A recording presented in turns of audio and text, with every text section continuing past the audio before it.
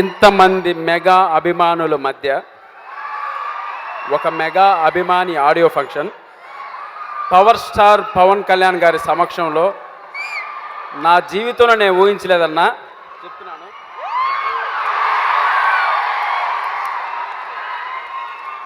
ఇక్కడి వరకు నా నీళ్ళు ఆపుకుంటున్నాను. నా జీవితంలో ఎందుకు ఇంత మంచి రోజు జరిగింది అని ఒక్క విషయం చెప్తానన్నా. పుట్టినప్పటి నుంచి మెగాస్టార్ చిరంజీవి గారు చూస్తూ పెరిగాను, ఆయన్ని అభిమానిస్తూ పెరిగాను, ఆయన్ని ఆరాధిస్తూ పెరిగాను. నా మనసుతో మెగాస్టార్ చిరంజీవి గారితో లక్షల సార్లు మాట్లాడాను. నేను ఇంత నిజాయితీ పరుడైన మెగా అభిమానిని కాబట్టి ఈరోజు పవర్ స్టార్ పవన్ కళ్యాణ్ గారు నా ఆడియో ఫంక్షన్కి వచ్చారు. సార్, నేను మీకు మాటల్లో చెప్పుకోలేనంతగా రుణపడిపోయాను సార్. ఎలాగంటే అసలు మాటలు రావట్లేదు. మీరు ఇందాకటి నుంచి అక్కడ ఒక చిన్న పిల్లల్లా నవ్వుతుంటే నాకు మనసు మొత్తం పవర్ స్టార్ ఆవహించేశాడండి. ఒక చిన్న పిల్లల్లా కనపడ్డారు ఆయన. సినిమాలోకి వెళ్తే ఏదో తెలియని ఒక కుర్రాల్లా కనపడతాడు. సడన్గా ఎవరికో హెల్ప్ చేస్తూ గడ్డం పెంచి వైట్ అండ్ వైట్లో మర్యాదస్తుడి అని ఒక యోగిలా కనపడతాడు. రాజకీయ వేదిక పైన చూస్తే అసలు చరిత్ర సృష్టించాల్సిన వ్యక్తులు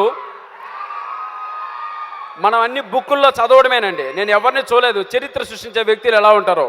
ఈరోజు భవిష్యత్తులో ఎన్నో గొప్ప సంచలనాల్ని, ఒక విప్లవాత్మకమైన మార్పులను తీసుకొచ్చే ఒక చరిత్ర సృష్టించే వ్యక్తి ఈరోజు మన వెనక నిలబడ్డాడు. నిజంగా నా మనసు మొత్తం పవర్ స్టార్ గారు ఆవహించి ఉన్నారు. ఏం మాట్లాడాలో అర్థం కావడం లేదు. మీకు మళ్ళీ ఒకసారి సార్, ఇంత చిన్న సినిమాని నాకు కొన్ని కోట్ల రూపాయలు వాల్యూ చేసే ఇంత అభిమానాన్ని ఈ సినిమాకి మీరు పంచినందుకు మీకు మనస్ఫూర్తిగా మరొకసారి మీకు పాదాబంధనం చేస్తున్నాను సార్. నిజంగా చెప్తున్నాను అన్నా. మీలో ఒకనన్నా ఇక్కడికి వచ్చానన్నా. అక్కడ పవర్ స్టార్ అరిచేది నేనే అన్నా. అక్కడ మీరు అక్కడ ఉన్నారు. అదృష్టం బాగా ఉన్నానన్నా. చొక్కాలు చింపుకొని థియేటర్లో తిరిగిన రోజులు ఉన్నాయన్న. మనసంతా భావోద్వేగంతో నిండిపోయింది. ఆయన ఎనర్జీ మమ్మల్ని నడిపిస్తుంది. సార్, ఈరోజు చెప్తున్నా సార్, మీకోసం ఎంత దూరం నడవడానికైనా సిద్ధం, ఎక్కడికి రావడానికైనా సిద్ధం. మీ పిలుపు కోసం ఈ అభిమాని వెయిట్ చేస్తున్నాడు సార్. దేనికైనా సిద్ధం.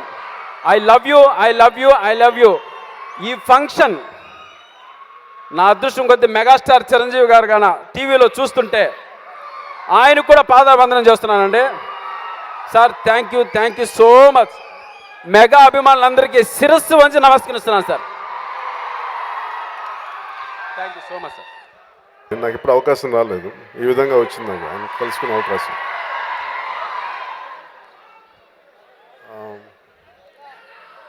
నాకు ఈ సినిమాకి శరత్ మరార్తో తీసే ఇప్పుడు ఈ సినిమాకి టైటిల్ ఏదో కాటం రాయడం పేరు పెడితే సరే బాగుంటుంది, బాగా పెట్టమని చెప్పాను.